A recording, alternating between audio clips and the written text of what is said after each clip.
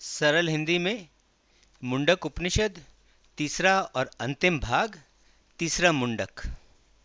दो पक्षी जो साथी हैं और सदा जुड़े रहते हैं, वे दोनों एक ही पेड़ पर निवास करते हैं। इनमें से एक अपने कर्मों का सुख दुख रूपी फल खाता है, जबकि दूसरा बिना खाए केवल देखता रहता है। वह केवल दृष्टा है।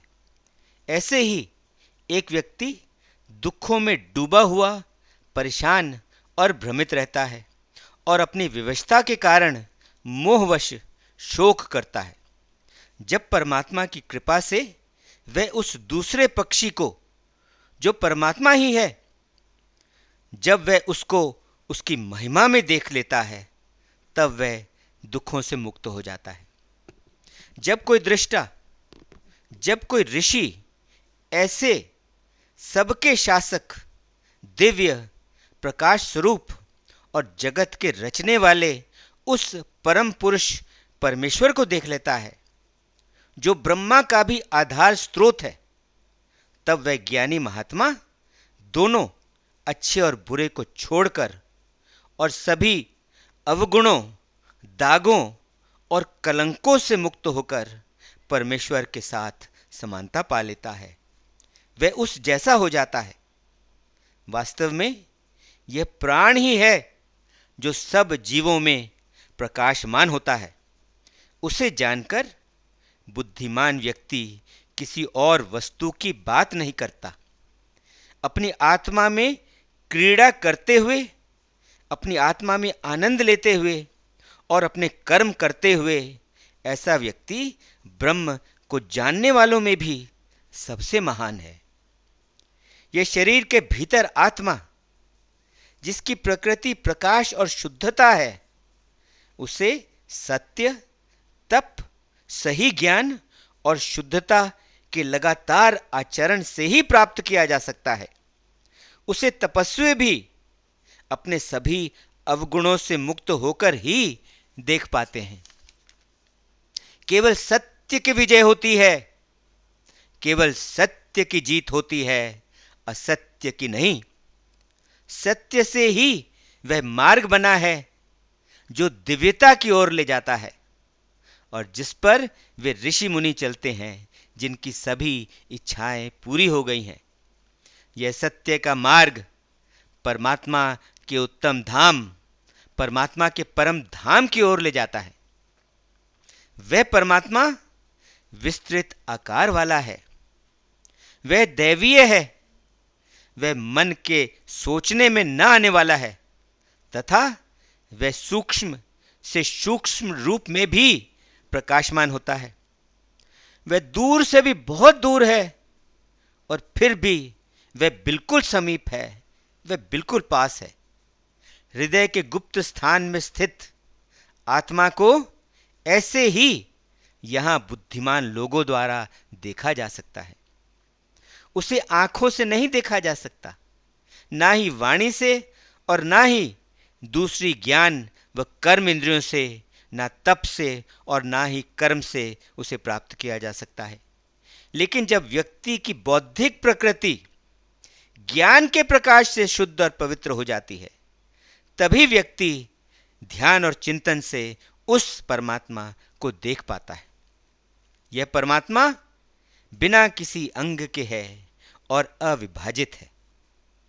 इस सूक्ष्म आत्मा को, जिसमें प्राण 5 अलग अलग तरीकों से केंद्रित है, उसे मनन द्वारा प्राप्त किया जा सकता है। मनुष्य की सारी सोच और मनन उसकी इंद्रियों से व्याप्त है। इसलिए जब उसका मनन शुद्ध हो जाता है, जब उसका विचार शुद्ध हो जाता है, तभी आत्मा उसके लिए प्रकाशमान होती है, तभी उसे वह दिखती है। शुद्ध प्रकृति वाला व्यक्ति जिस भी लोक के बारे में सोचता है और जो भी वह इच्छा करता है, वह वो सब लोक और सभी इच्छाएं प्राप्त कर लेता है। आत्मा को जानने वाले की सभी इच्छाएं पूरी हो जाती हैं और वो जिस भी लोक को चाहे उसे वह लोक प्राप्त हो जाता है। इसलिए जिसे समृद्धि चाहिए वह आत्मा को जानने वाले की उपासना करे। वह ब्रह्म के उस परम धाम को जान लेता है जहां स्थापित संसार अच्छे से प्रकाशमान है। वो बुद्धिमान व्यक्ति जो इच्छाओं से मुक्त होकर उस परम पुरुष की उपासना करते हैं, वे पुनर्जन्म के बीज को पार कर जाते हैं। वे जन्म और मृत्यु के चक्कर से निकल जाते हैं। वह मनुष्य जो इच्छाओं को अपने मन में आने देता है और फिर उनके बारे में सोचता रहता है, वह उन इच्छाओं के कारण यहां वहां जन्म लेता रहता है। लेकिन जिस व्यक्ति की इच्छाएं सब प्रकार से पूरी हो गई हैं, जो संपूर्ण निर्दोष आत्मा बन गया है, उसकी इच्छाएं यहीं पृथ्वी पर ही उसके जीवन काल में ही लुप्त हो जाती हैं, समाप्त हो जाती हैं। इस आत्मा को शिक्षण, प्रवचन या उपदेश द्वारा नहीं प्राप्त किया जा सकता, ना ही इसे बौद्धिक शक्ति द्वारा और ना ही इसे बहुत सुनकर प्राप्त किया जा सकता है। आत्मज्ञान उसे ही प्राप्त होता है जिसे आत्मा स्वयं इसके लिए चुनती है। ऐसे चुने हुए व्यक्ति को आत्मा स्वयं अपना सही और सच्चा स्वरूप, अपनी सही प्रकृति दिखा देती है। आत्मा बलहीन या कमजोर व्यक्ति द्वारा भी नहीं प्राप्त की जा सकती, ना ही यह लापरवाही से और ना ही यह बिना लक्ष्य या बिना संयम की तपस्या से प्राप्त की जा सकती है। लेकिन जो साधक अच्छे ढंग से प्रयास करता है और यदि वह जानने वाला है, यदि वह ज्ञानी है, तो उसकी आत्मा ब्रह्म के परम धाम में प्रवेश कर जाएगी।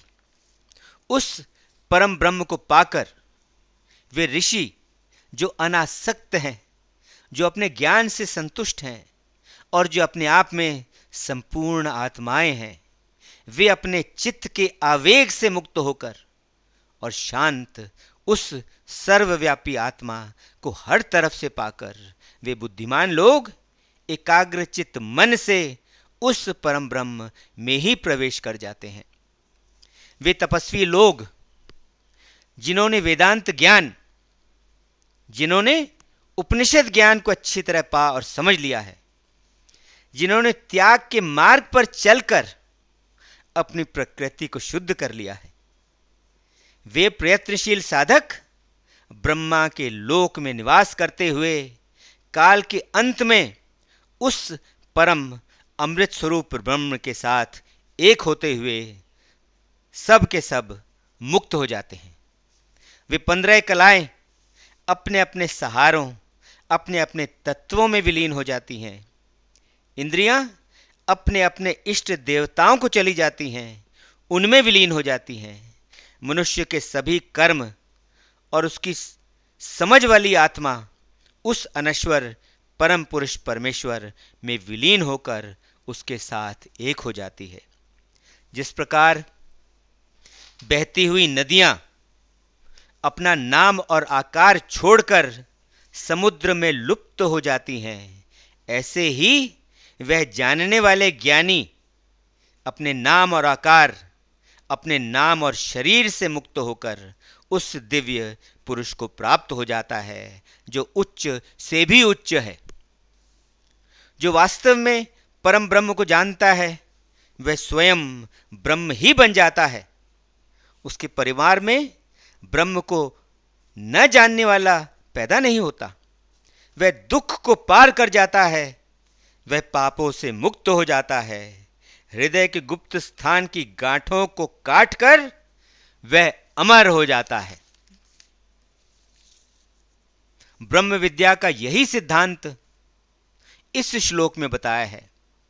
वो जो निष्काम भाव से धार्मिक क्रियाएं करते हैं, वो जो शास्त्रों में विद्वान हैं, वो जो ब्रह्म में अच्छी तरह स्थित हैं, वो जो अपने आप को आहुति के रूप में उस एक ही दृष्टा, उस एक ही परम पुरुष परमेश्वर को पूरी श्रद्धा से पेश करते हैं, वे जो विधि पूर्वक सर्वश्रेष्ठ व्रत का पालन करते हैं, केवल उन्हीं को ब्रह्म ज्ञान की शिक्षा देनी चाहिए और किसी को नहीं। यही सत्य है। अंगिरा ऋषि ने इससे पहले शौनक ऋषि को बताया था, और जिसने विधि पूर्वक व्रत का पालन नहीं किया है वह इस ज्ञान को नहीं पा सकता।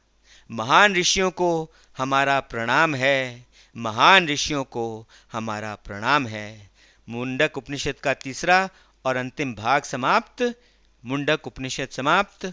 ओम शांति शांति शांति। ओम।